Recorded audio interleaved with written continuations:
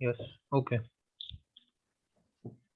नमस्कार, मी नीता सावंत, शिक्षिका समुपदेशक, श्री गोविंद बालमंदिर माध्यमिक विद्यालय अंधेरी पूर्व इथे कार्यरत आहे. प्रादेशिक विद्या प्राधिकरण मुंबई आयोजित व्यावसायिक वाटा प्रगतीच्या दिशा या कार्यक्रमात सर्वांचे स्वागत करते. व्यावसायिक वाटा प्रगतीच्या दिशा हा कार्यक्रम दर गुरुवारी सकाळी 10 वाजता प्रादेशिक विद्या प्राधिकरण मुंबई या युट्यूब चॅनेलवरून प्रक्षेपित केला जातो. व्यावसायिक वाटा प्रगतीच्या दिशा या कार्यक्रमात आपण ऑनलाईन विविध मान्यवरांशी व्यावसायिकांशी संवाद साधत असतो.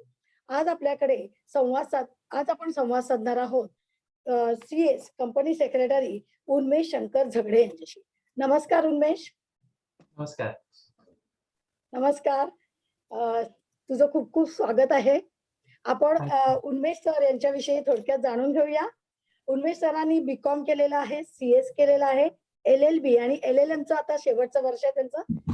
मुंबई विद्यापीठातून त्यांनी हे सर्व शिक्षण पूर्ण केलेलं आहे. CS तिसऱ्या परीक्षेत प्रोफेशनल लेवल परीक्षा देशात त्यांचा 22वा ऑल इंडिया रँक त्यांनी प्राप्त केलेला आहे. त्यासाठी खूप खूप शुभेच्छा, अभिनंदन. आपण ऑनलाईन गप्पांना माहितीला सुरुवात करतो आहोत. मला तुम्हाला असं विचारावंसं वाटेल की या क्षेत्रात करिअर करावं किंवा कंपनी सेक्रेटरी हा अभ्यासक्रम पूर्ण करावा असं तुम्हाला का वाटलं? सुरुवात म्हणजे 12वी मध्ये कॉमर्स घेतल्यानंतर की पुढे काय करायचं हा प्रश्न होता. तो तेव्हा कोचिंग क्लासेस मधले जे आमचे प्रोफेसर्स होते त्यांच्यातर्फे मला CA आणि CS या 2 कोर्स बद्दल कळलं. पण त्यातही CS कसं निवडायचं हा एक प्रश्न होताच. मग अशा वेळी दोन्ही कोर्सच्या अधिकृत वेबसाईटवर जाऊन म्हणजे CS बाबतीत www.icsi.edu ही त्यांची वेबसाईट आहे. त्या वेबसाईटवर जाऊन त्या कोर्स बद्दल, त्या अभ्यासक्रमाबद्दल संपूर्ण माहिती घेतली आणि तो अभ्यासक्रम आपल्याला जमेल का, त्यासाठी किती तयारी करावी लागते, त्यासाठी काय काय मेहनत घ्यावी लागते आणि माझ्या ज्या काही शंका होत्या त्या सगळ्या माझ्या प्रोफेसर्स कडून मी त्यांचं निरसन करून घेतलं आणि मग ठरवलं की ह्या कोर्सला जायचं. आता मुलं विचारतील की तुम्ही कोणत्या निकषांवरती हे ठरवलं, तर मी तुम्हाला एक साधा थंब रूल सांगतो की साधारणपणे 11वी-12वी कॉमर्स केल्यानंतर मुलांना एका गोष्टीची जाणीव होऊ शकते की आपल्याला गणित किंवा अंक आवडतात की आपल्याला लॉजिकल रिझनिंग किंवा थिअरी सब्जेक्ट्स आवडतात. तर समजा जर तुम्ही 12वी कॉमर्स केलं असेल आणि जर तुम्ही CA आणि CS ह्याच्यामध्ये कन्फ्यूज असाल तर सगळ्यात सोपा थंब रूल म्हणजे जर तुम्हाला अंकगणित किंवा जास्त आवडत असतील तर तुम्ही नक्कीच CA ह्या प्रकाराकडे जाऊ शकता, कारण तिथून पुढे तुम्ही अकाउंट्स, टॅक्सेशन असे विषय घेऊ शकता. आणि जर तुम्हाला लॉजिकल रिझनिंग किंवा ज्याला आपण कायदेविषयक जे सगळे सब्जेक्ट्स आहेत, थिअरी सब्जेक्ट्स आहेत, तर असे जर आवडत असतील तर तुम्ही नक्कीच CS कडे जाऊ शकता, कारण CSच्या अभ्यासक्रमात भरपूर कायद्यांचा अभ्यास आहे, भरपूर थिअरीचा अभ्यास आहे. तसं मी नेहमी म्हणतो की CS हे डिफिकल्ट नाहीये, पण ते खूप वास्ट आहे, ते खूप मोठं आहे, लेंदी आहे करिक्युलम. बरं, या क्षेत्रामध्ये येण्यासाठी कोणत्या क्षमता पात्रता लागतात? कंपनी सेक्रेटरी व्हायचंय तर त्यासाठी कोणत्या क्षमता लागतात? कंपनी सेक्रेटरी होण्यासाठी सगळ्यात महत्वाचं म्हणजे तुम्ही तुमचा जो 10+2 किंवा म्हणजे 12वीचं जे तुमचं आहे, 12वी तुम्ही एकतर पूर्ण झाली असेल किंवा 12वी तुम्ही अपियर होणार असाल तर अशा व्यक्ती कंपनी सेक्रेटरी कोर्सच्या साठी एलिजिबल असतात, ते एनरोल करू शकतात. किंवा जर तुम्ही ग्रॅज्युएट जरी झाला असाल कोणत्याही फील्ड स्ट्रीम मधून, अगदी आर्ट्स, कॉमर्स, सायन्स मधून, तरी सुद्धा तुम्ही कंपनी सेक्रेटरी कोर्ससाठी एनरोल करू शकता. पूर्वीच्या करिक्युलम मध्ये फाउंडेशन कोर्स, एक्झिक्युटिव्ह आणि फायनल अशा 3 लेवल होत्या.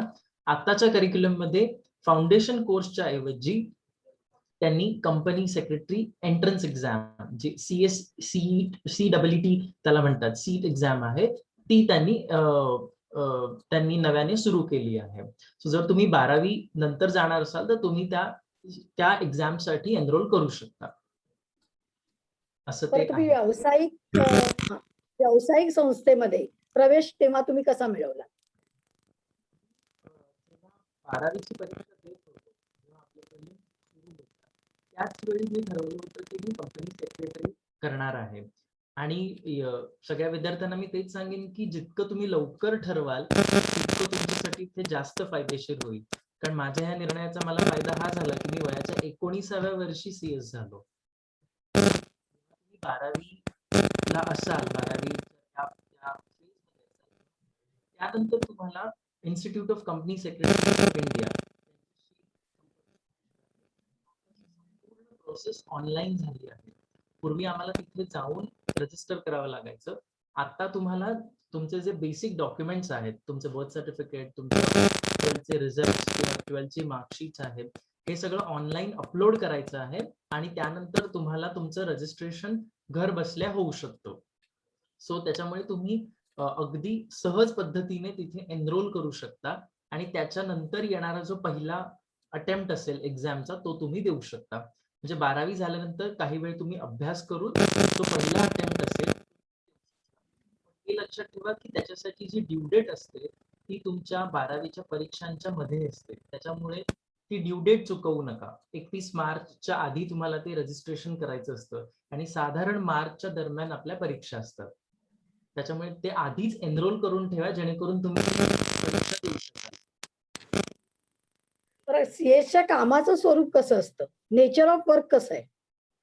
सीएसच्या कामाचं स्वरूप जर तुम्ही म्हणाल तर कंपनी मधील सगळ्यात महत्वाची जी पोझिशन आहे ती कंपनी सेक्रेटरीची असते.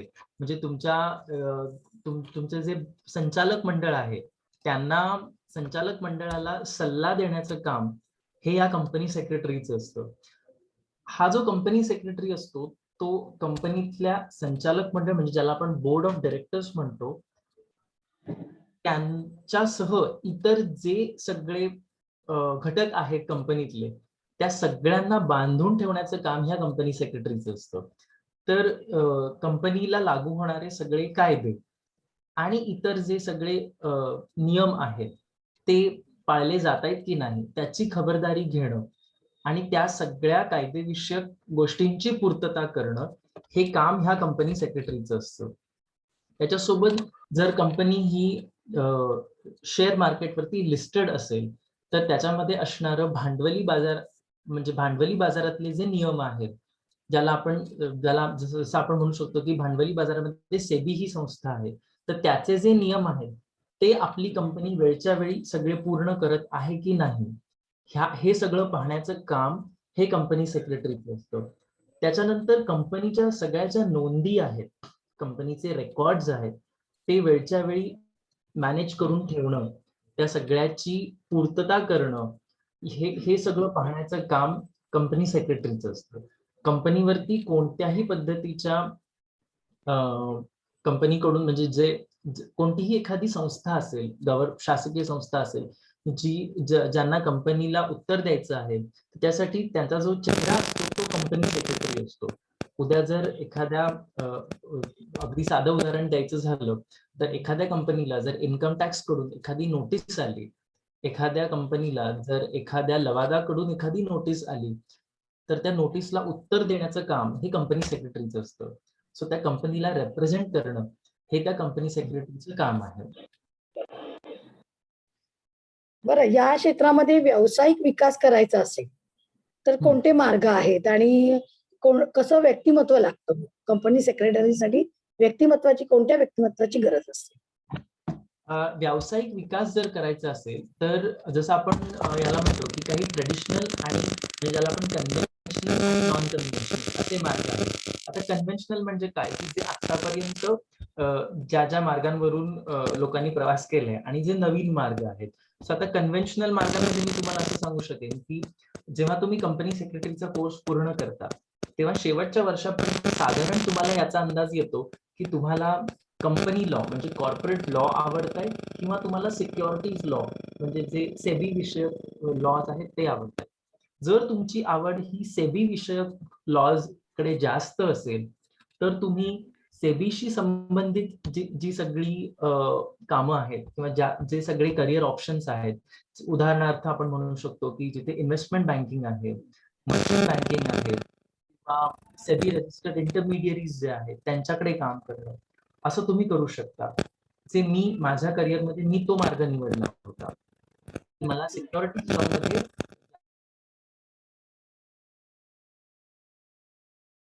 जर तुम्हाला कॉर्पोरेट लॉची आवड असेल, म्हणजे कंपनी लॉची आवड असेल, तर तुम्ही काय करू शकता? तर तुमच्याकडे दोन मार्ग आहेत. सगळ्यात पहिला मार्ग म्हणजे तुम्ही जे प्रॅक्टिसिंग कंपनी सेक्रेटरी आहेत, म्हणजे जे कंपनी सेक्रेटरी ज्यांची स्वतःची प्रॅक्टिस आहे, अशा कंपनी सेक्रेटरीच्या फर्म मध्ये तुम्ही काम करू शकता, ज्याला आपण PCS फर्म्स असं म्हणतो. मग तिथे तुम्हाला जे कोर सेक्रेटरियल वर्क आहे, ज्याच्यामध्ये तुमचे मिनिस्ट्री ऑफ कॉर्पोरेट अफेअर्सचे जे फायलिंग्स होतात ते सगळं तुम्हाला शिकता येईल. आणि हा एक मार्ग झाला जिथे तुम्हाला टिपिकली जे सेक्रेटरियल वर्क काय असतं ते तुम्हाला समजून घेता येईल. आणि दुसरी गोष्ट म्हणजे जर तुम्हाला कॉर्पोरेट ऍडवायझरी, म्हणजे जर तुम्हाला एखाद्या लिस्टेड कंपनीमध्ये काम करायचं असेल तर तसं तुम्ही करू शकता.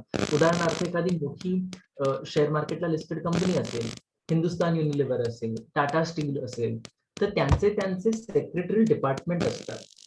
तर त्या सेक्रेटरी डिपार्टमेंटमध्ये सुद्धा तुम्ही ऍज अ कंपनी सेक्रेटरी म्हणून काम करू शकता.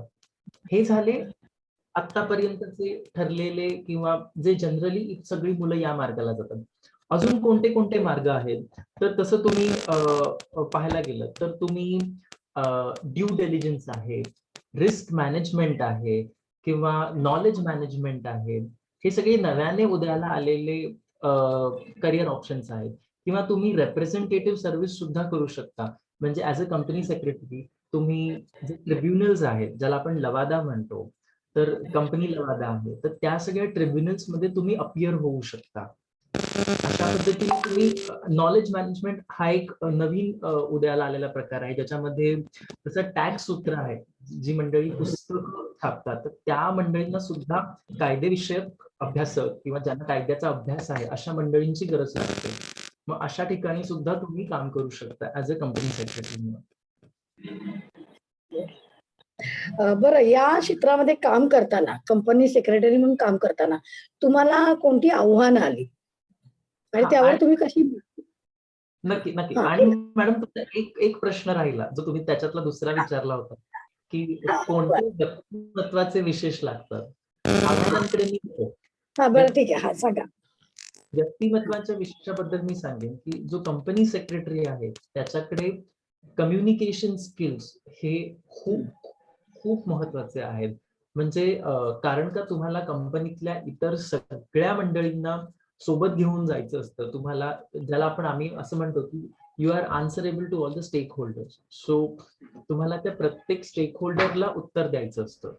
सो त्यामुळे ते असणं खूप गरजेचं आहे.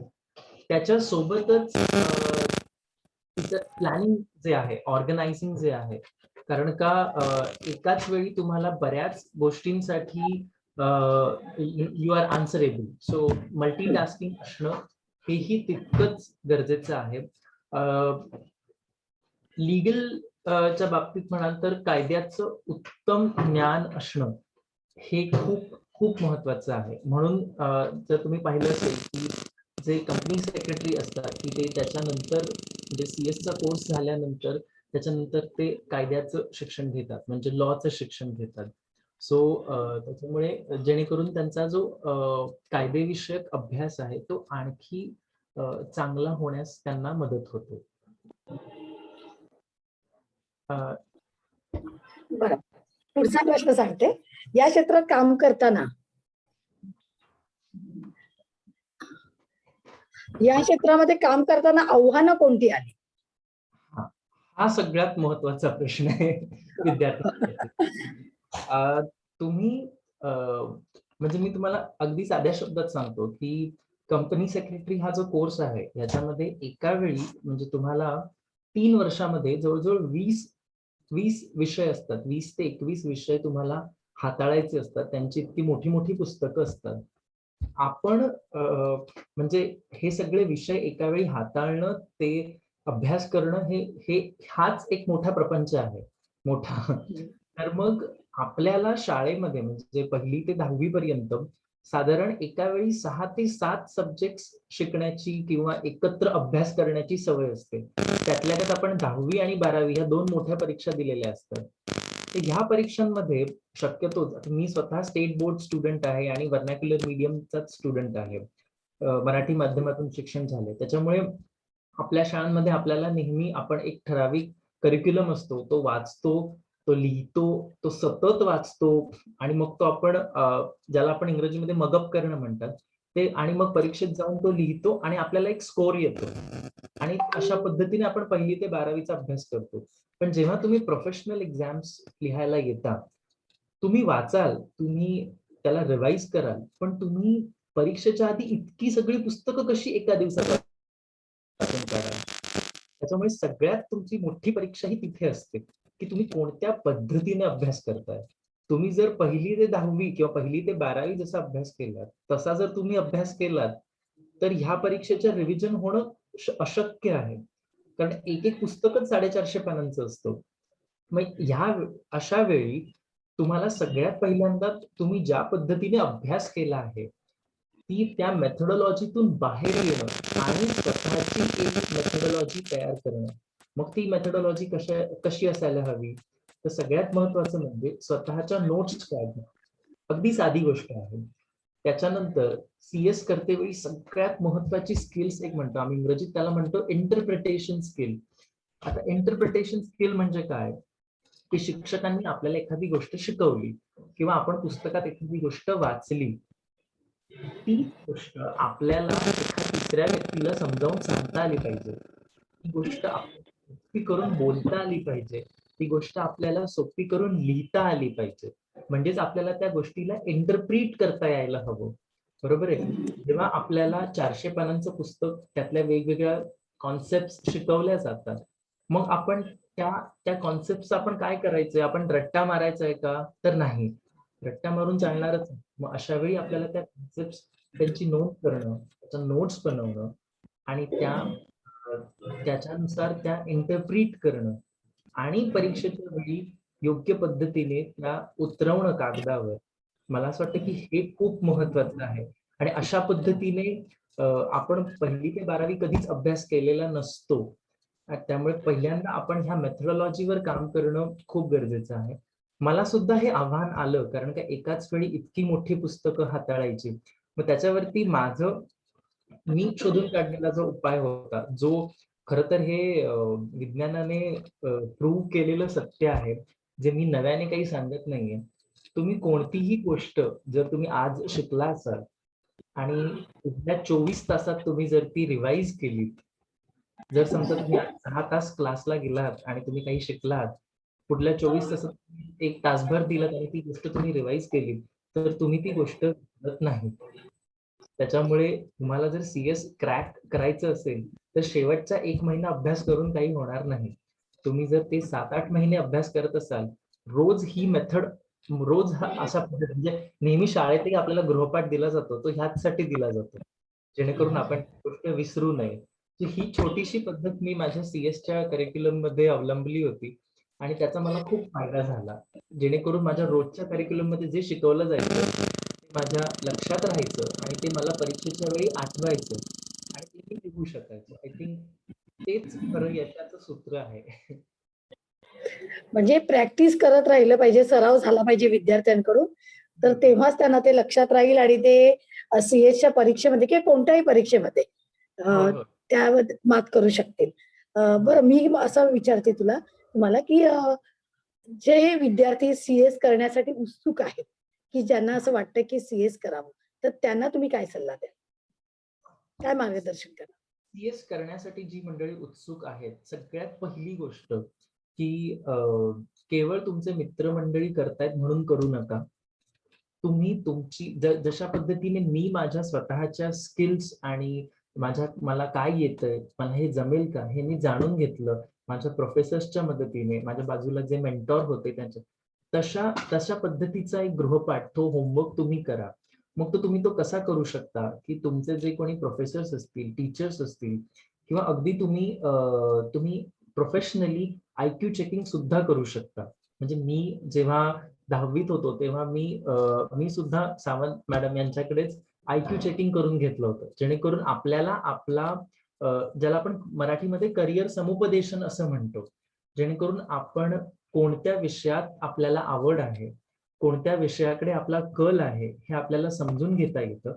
आणि आपल्यापेक्षा जी सिनियर म्हणजे आपले जे प्रोफेसर्स आहेत, जी मंडळी आहेत, ते आपल्याला योग्य मार्गदर्शन करतात.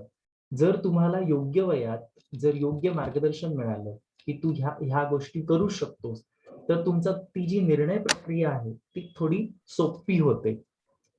जी मंडळी CS करणारी आहेत त्यांना मी आणखीन असंही सांगेन की तुमचा जो तुमच्या करिअरसाठी जो तुम्ही निर्णय घेणार आहात की CA करायचं किंवा CS करायचं, तो तुम्ही जितक्या लवकर घ्याल तितका तुम्हाला चांगला आहे. तुम्ही जर तुम्ही 12वीत असताना ठरवत असाल की तुम्ही CS करायचं आहे, पुढचे 3 वर्ष तुम्ही झोकून देऊन अभ्यास कराल, तर वयाच्या 21-22व्या वर्षी तुम्ही CS असाल, कॉर्पोरेटमध्ये तुमच्या हातात नोकरी असेल. त्या मुलांना मी आणखीन एक गोष्ट सांगेन, नेहमी बऱ्याचदा मुलांचा हा प्रश्न असतो, मॅडमनाही माहित असेल करिअर समुपदेशन करतेवेळी मुलं विचारतात की एखादा कोर्स करते याला स्कोप आहे का? म्हणजे ह्याला ऑब्व्हियसली कारण एखादा माणूस एखादा कोर्स तेव्हाच करतो जेव्हा त्याच्यातून त्याला काही आर्थिक मोबदला पुढे मिळणार असेल. तर मी तुम्हाला हे सांगू इच्छितो की हे खूप खूप चांगलं क्षेत्र आहे. याच्यामध्ये तुम्ही जर अभ्यास करून खूप पुढे जाऊ शकता आणि ह्याचा जो आर्थिक मोबदला आहे तो सुद्धा तुम्हाला खूप चांगला मिळू शकतो. जेव्हा तुम्ही अभ्यास करत असाल, तुम्ही CS पास झाला असाल, तर मी अशा विद्यार्थ्यांना सांगेन की पहिली जी 3 वर्ष आहेत करिअरची त्याच्यामध्ये तुम्ही लर्निंग वरती फोकस करा. ज्याची स्पेलिंग आहे LEARN लर्न. जेव्हा तुम्ही पहिली 3 वर्ष लर्निंगवर फोकस कराल, त्याच्या पुढची वर्ष तुम्हाला अर्निंगची चिंता करायची गरज लागणार नाही.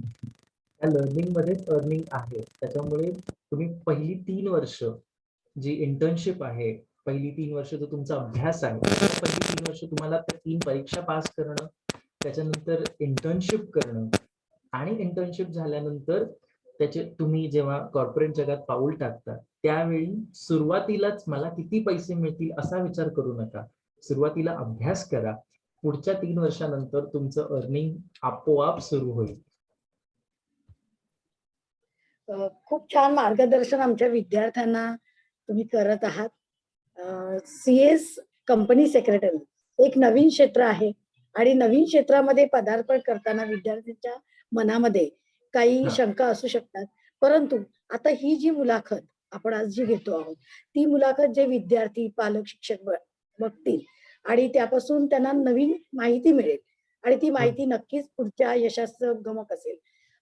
तुम्ही इथे आलात आणि आमच्या विद्यार्थी, पालक, शिक्षक यांना खूप छान माहिती दिलात. त्याबद्दल विद्या प्राधिकरण मुंबई यांच्यातर्फे मी धन्यवाद मानते. Thank you so much madam. आणि तुम्ही हे जे काम करता ते खूप खूप छान काम करताय. मला मला खूप आनंद होतोय की तिथे येऊन आणि तुमच्यासोबत ह्या कार्यक्रमात तुमच्याशी गप्पा मारून. खूप खूप धन्यवाद. तुम्ही मला बोलवलंत आणि आपण इथे बोलू शकलो. धन्यवाद. धन्यवाद पुन्हा एकदा.